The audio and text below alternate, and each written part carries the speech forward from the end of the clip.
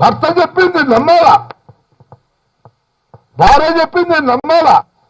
నమ్మినప్పుడే ఆ సంసారం సజాగా సాగుతుంది. నమ్మకపోతే ఎట్లా ఎట్లా?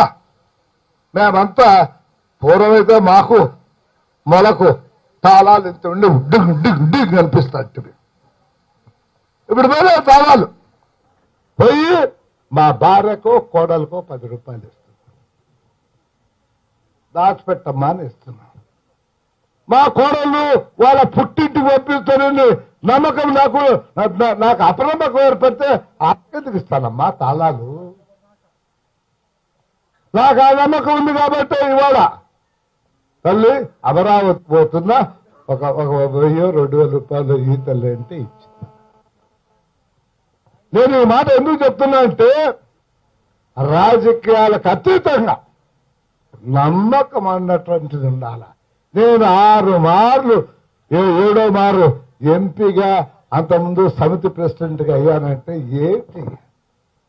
నా డబ్బు కాదు, పాడు కాదు, పచ్చకట్టు కాదు. ఎప్పుడు కూడా దివాకర్ రెడ్డి మనకు పలుకుతాడు. దివాకర్ రెడ్డి 1 రూపాయి సొమ్ము తీసుకోకుండా మనకు పని చేసి పెడతాడు అనేటువంటి నమ్మకం విశ్వాసంతో నేను ఎలక్ట్ అయ్యాను తప్ప మరొకటి కాదు. ఆ నమ్మకం విశ్వాసం అనేది ఈ రాష్ట్రం పైన జగన్మోహన్ రెడ్డి గారు వచ్చిన తర్వాత పోగొట్టాడు కాబట్టి ఇండస్ట్రీస్ ఏమి రావటం లేదు. వచ్చిన ఇండస్ట్రీస్ ఎండిపోయాయి. గవర్నమెంట్ నీ అబ్బ సొమ్ము నీ అమ్మ సొమ్ము కాదు. Government is a continuous government.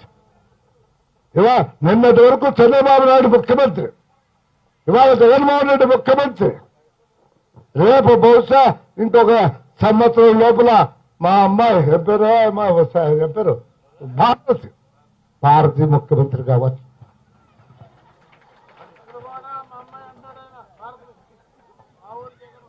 Bharati వినండి, ఇవాళ ఒక అగ్రిమెంట్, ఒక ఇండస్ట్రీస్ వచ్చి అగ్రిమెంట్ కరెంటు యూనిట్ 2 రూపాయలకు ఇస్తా అంటాడు. నీకు సేల్స్ ట్యాక్స్ ఎగ్జంప్షన్ ఇచ్చినా అంటారు. ఏదైనా ముఖ్యమంత్రి గారు వాళ్ళు కాళ్ళ వెళ్ళబడి ఒక ఫ్యాక్టరీ తీసుకొని వస్తారు. ఈయన రేపు భారత వచ్చి ఎవడు వాడు అగ్రిమెంట్ చేస్తే నేను వినాలా అని అంటే ఎవడొస్తాడు తల్లి? ఎందుకు వస్తాడు తల్లి ఈ ఊరికి ఒక ఫ్యాక్టరీ పెట్టడానికి? వీటికన్నిటికీ నమ్మకం.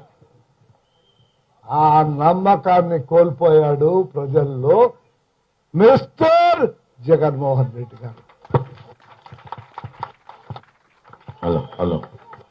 ఒక్క మాట వింటారా? ఒక్క మాట వింటారా? ఇది ఈ కుంపటి ఈ నెలలో రేపు నెలలో ఆరిపోదు. ఈ కుంపటి